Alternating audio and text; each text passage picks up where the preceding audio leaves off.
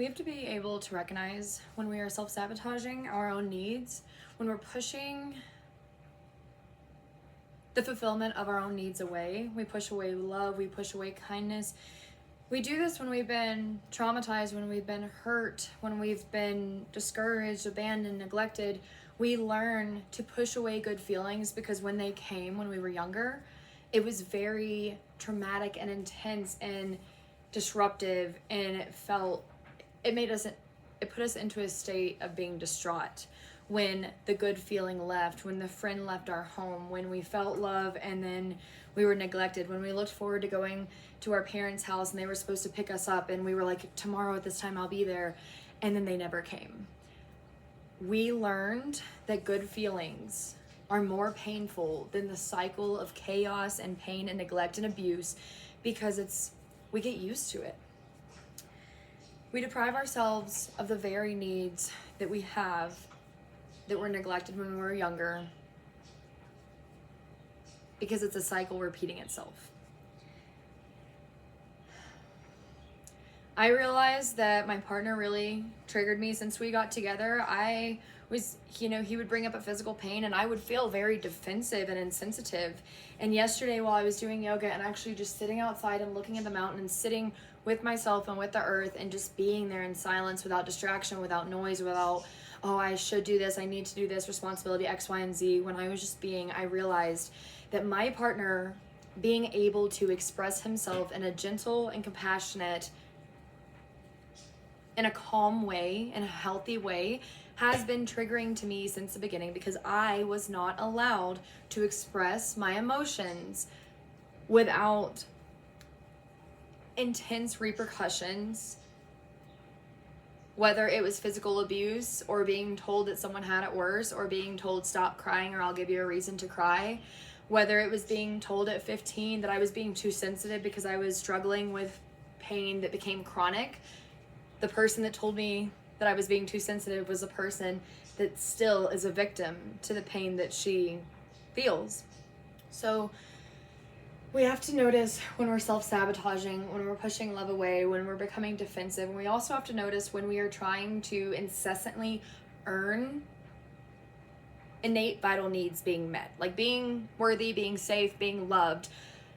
I have been trying to serve in order to earn.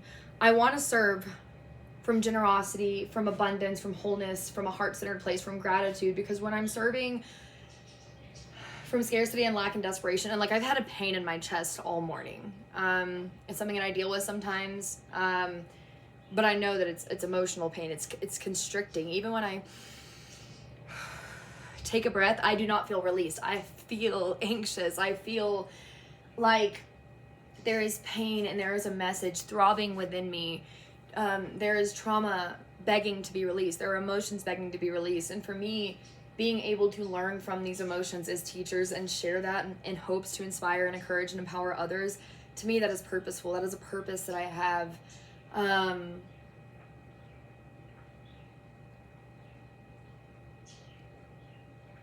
We really have to notice how being in scarcity and fear and things like that take us out of the present moment, deprive us of the present moment, even if it's a dream. When you're living through a screen, when you're living through a glass, no matter how good your external reality is, if you're hypervigilant and afraid of losing it, it can actually create a self-fulfilling prophecy of you having it but losing it before you even appreciate it. It can create a self-fulfilling prophecy of trying to feel the pain of loss before it even occurs, which inhibits you from fully being present with and experiencing the moment and the feeling, whether it's a good one or a bad one. Neither here nor there. Nothing is good or bad. We are humans feeling the energy that we are, that is flowing through us, that is around us. But yeah, we have got to take responsibility and accountability for our vulnerability and authenticity, and curate our ability to give and to receive love and good things, especially when that has not been something that has been comforting to us. When you've been in turmoil and chaos and survival and abuse and neglect your entire life, then safety and nourishment and support does not feel good. It feels terrifying. It feels constricting. It makes you want to go within, like, no, like that feels uncomfortable. Like when you're hugged and you just want to pull away, you know? So these are just a few of the many things that have been on my mind that I am processing, that I am working through.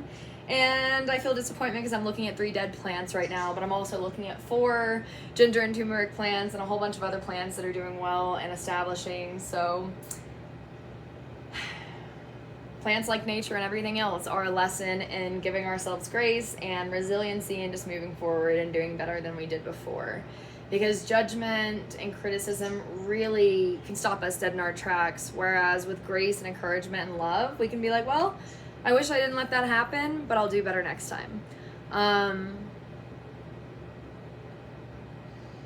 So let's allow ourselves to be nourished, whether it's simply just embracing and being intimately present and involved in the present moment. If you need to take time to ask yourself how you're feeling, to feel it in your body, if you need to have a conversation with someone, if you need to acknowledge pain that you've been through or things that have happened to you that are still affecting you, give yourself that space and grace and willingness and expansiveness. Because having resistance towards feeling the feeling actually creates more pain than the pain that you may feel, that you may need to process, will feel. The resistance hurts more than the pain that you have been avoiding or resisting feeling. So